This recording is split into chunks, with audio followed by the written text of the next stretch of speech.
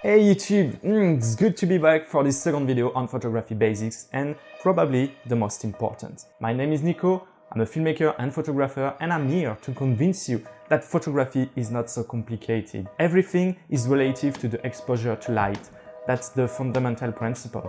If you understand how to correctly expose an image, you have already done most of your journey from zero to hero. I know that mystical words like aperture, shutter speed or ISO are difficult to understand when you start, but if you stay until the end of this video, after that, easy peasy.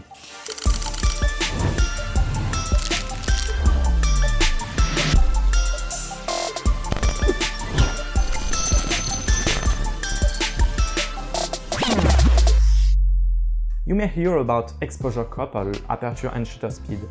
But today, and especially since we have the ability to change ISO without having to change the film, we are rather referring to the holy trinity of the exposure triangle. You have three ways to act on the light with your camera. The amount of light you let in through the aperture, the light exposure time of the sensor, and the light sensitivity of the sensor. And it's done. If you understood that, you understood everything. Let's take an analogy to be clearer. Imagine taking a picture is like filling a glass of water with the tap. First, you have the flow of water flowing through the pipe, through.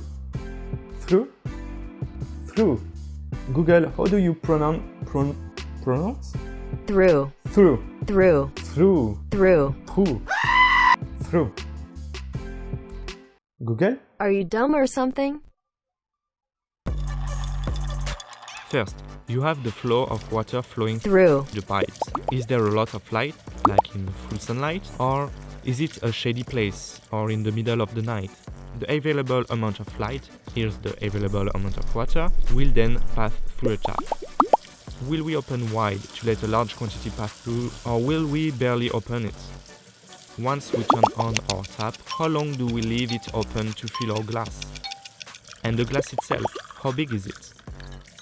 And finally, philosophical question, when do you consider a glass as full? Exposure, even if in the extremes it obeys rules, is also subjective and subject to personal taste. When do you consider that we have enough water in our glass?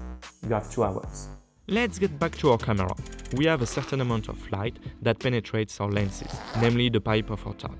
It is concentrated by the lenses inside, and we will determine how much we let into our darkroom through the opening of the tap, therefore the iris or aperture. The more open it is, the more light there is. It's the aperture. This amount of light then enters the camera, where we will choose how long we leave the shutter open. This is the shutter speed. The light finally reaches the sensor, which will react differently depending on what we call its sensitivity. The more sensitivity is to light, the less light we will need to expose our image correctly. This is the ISO sensitivity. Aperture, shutter speed, sensitivity. But what is the point to modifying one or the other if all of them act on the light? Now let's see how each of its parameters will affect your image beside of its exposure. The aperture is that iris located not in the camera but in your lens. This aperture is measured in f-stop, and f plus a number. Okay, I know it's a little bit complicated when you just started photography. We will say that on average, the figures range from 1.2 to 22. Now listen carefully, it's important. The larger the number, the smaller the aperture is. I know our brain doesn't like that kind of paradox. So try to think differently. The bigger the number, the bigger the surface of the iris to protect the sensor from light. Does that help? In any case, it's only with the practice that you will know that when we talk about wide opening, we will talk about number like f1.4, f2, f2.8, and when we say we are closed, we will talk about number like f16 or f22. But due to the different angle generated by the closing and opening of the iris, we will also have an influence on the sharpness of our image, which is called the depth of field. It's the area of greater or lesser sharpness, and therefore the amount of blur on an image. And now you're going to tell me, but don't I just want my whole image to be sharp? No, not necessarily. And I will even say in many cases, on the contrary. In this landscape, for example, we are looking to have the largest possible area of sharpness. so that everything is focused. Now let's take a portrait of this lovely lady. Hey, I'm a lovely lady. And compare it with this one. This second image is much more readable because the main subject is detached from the background, which is lost in the blur. There are two main rules in photography. The first is the exposure of a picture. The second is readability. Your role as a photographer is to guide the reader's eyes to the subject of your image.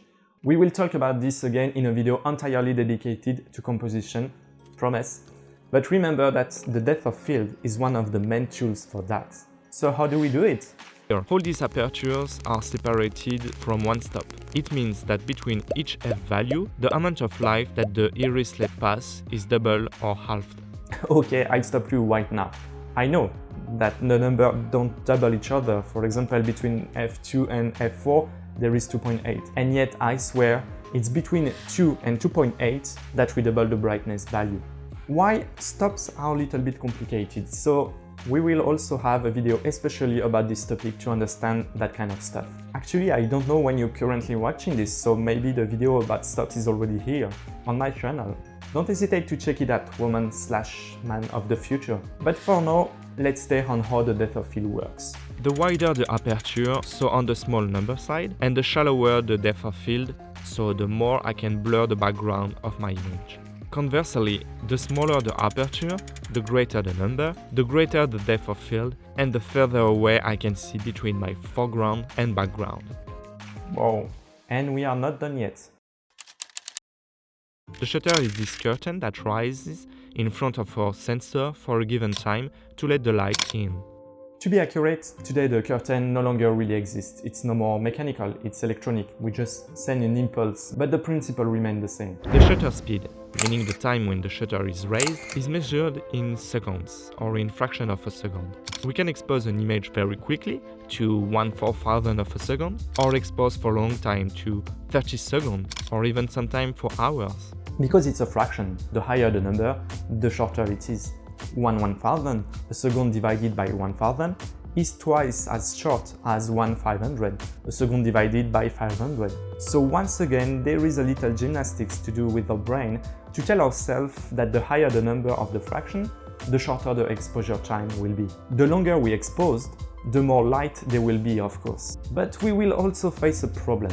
We are trying to capture on our sensor a still picture of something that by nature is in motion. The more we leave the curtain open, the more we see this movement, and our image will be blurred. Under certain conditions, indoors for example, you will need more light, so you will increase the exposure time.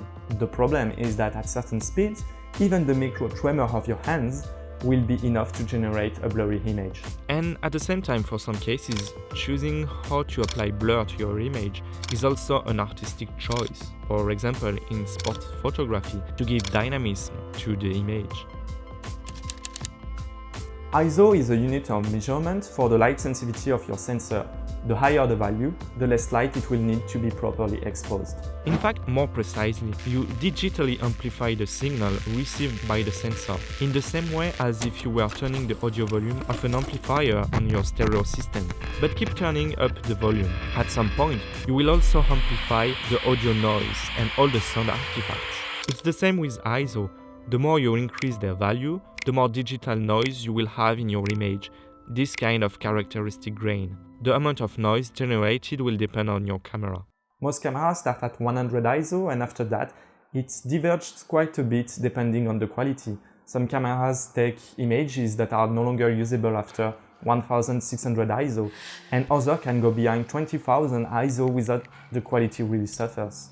Aperture, shutter speed, sensitivity. The holy trinity of the photo exposure. It's all about the balance between these three elements.